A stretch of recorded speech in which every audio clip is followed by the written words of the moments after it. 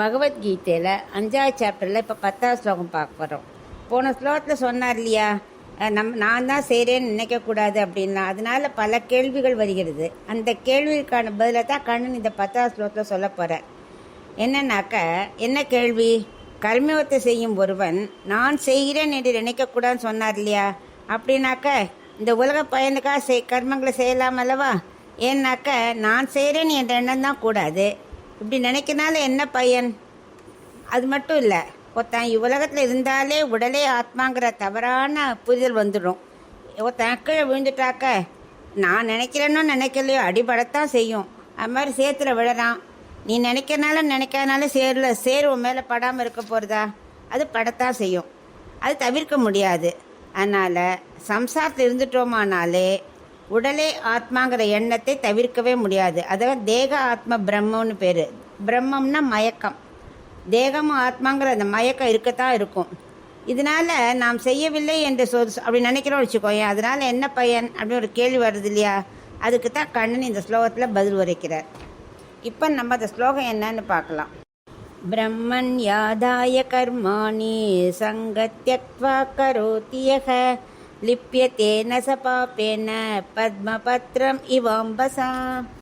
இப்போ இதுக்குள்ள அர்த்தம் பார்க்கலாம். யஹ எவன் ஒருவன், பிரம்மணி பெரிதான இந்த பிரகிருதியில் பரிணயமான இந்திரியங்களில், கர்மணி தான் செய்யும் கர்மங்களான காண்பது முகர்வது அது போன்ற கர்மங்களை ஆதாய முற்கூறிய முறையில் வைத்து அவற்றிலேயே கர்த்தத்துவத்தை அனுசந்தித்து சங்கம் பல சங்கத்தை தெக்த்வா விட்டு கரோதி நானாக ஒன்றும் செய்கின்றேன் அல்லேன் என்று அனுசந்தானத்துடன் கர்மங்களை செய்கிறானோ, எப்படி அவன் செய்கிறானோ, சக அவன் அம்பசா தண்ணீரினால் பத்ம பத்திரமிவ தாமரை இலை போல பாப்பேன தேகம் இந்திரியம் முதலானவற்றை ஆத்மாவாக அபிமானிப்பதாகிற பாபத்தினால் ந லிப்பியதே தொடப்பட மாட்டான் அப்படின்னு கண்ணன் தெரிவிக்கிறார்.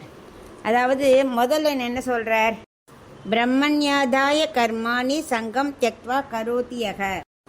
அதாவது எவன் ஒருவன் கர்மயோகத்தை செய்கிறானோ, பலன்களில் பற்றில்லாமல் கர்மயோகத்தை செய்யணும். அப்படிப்பட்டவன், அது மட்டும் இல்லை, பகவானின் ஆனந்தத்திற்காகவே கர்மயோகத்தை செய்கிறவனோ அப்படிப்பட்ட கர்மயோகி தான் செய்யும் செயல்கள் அனைத்தையும் பிரம்மத்தினிடத்தில் சமர்ப்பித்து விடுகிறான். இங்கே பிரம்மங்கிறது எதை குறிக்கிறதுனா, இந்திரியங்களை புலன்களை குறிக்கிறது. பிரம்மனா பகவானை குறிக்கிறது, ஜீவாத்மாவை குறிக்கும், நிறைய பிரகிருத்தியை குறிக்கும், நிறைய அர்த்தங்கள் இருக்குது. இந்த இடத்துல என்ன குறிக்கிறதுனா இந்திரியங்கள். அதை இந்திரியங்களில் ஏற்றி வைத்து உலக பயன்களின் ஆசையை விட்டுவிட்டு கர்மங்களை செய்பவனுக்கு தேக ஆத்ம பிரம்மம், தேகமே ஆத்மா என்ற துக்கத்தை தீண்டாது அப்படின்னு தெரிவிக்கிறார். அப்படி பலன்களை நான் செய்யலை அப்படின்னு எடுத்துட்டாச்சுன்னா தேக ஆத்மா இல்லைன்னா, தேகமே ஆத்மாங்கிற துக்கம் வரவே வராது அப்படிங்கிறார். இந்த உலகத்தில் இருக்கும் வரை தேக ஆத்மா மயக்கம் வரத்தான் செய்யும் அப்படிங்கிற ஒரு கேள்வி கேட்டான் இல்லையா, அதுக்கு கண்ணன் எடுத்துக்காட்டு கூறார். அதான் 2வது லைன்.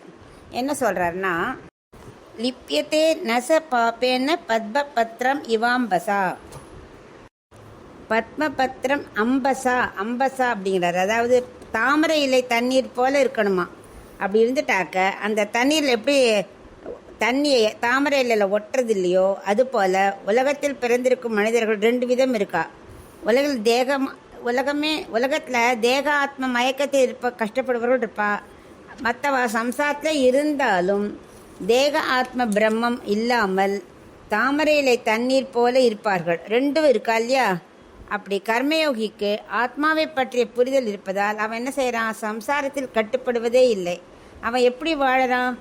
அவன் ஆத்ம சாட்சா்காரத்தை அடைவதற்காக தாமரையில் தண்ணீர் போல, எப்படி தாமரையில் தண்ணீர் ஒட்டாதோ அது மாதிரி அவன் உலகத்திலேயே வாழ்ந்தாலும் அவனுக்கு அந்த கர்மங்களால் உள்ள செயல்கள் அவனை தீண்டாது அப்படின்னு அழகாக விவரிக்கிறார்.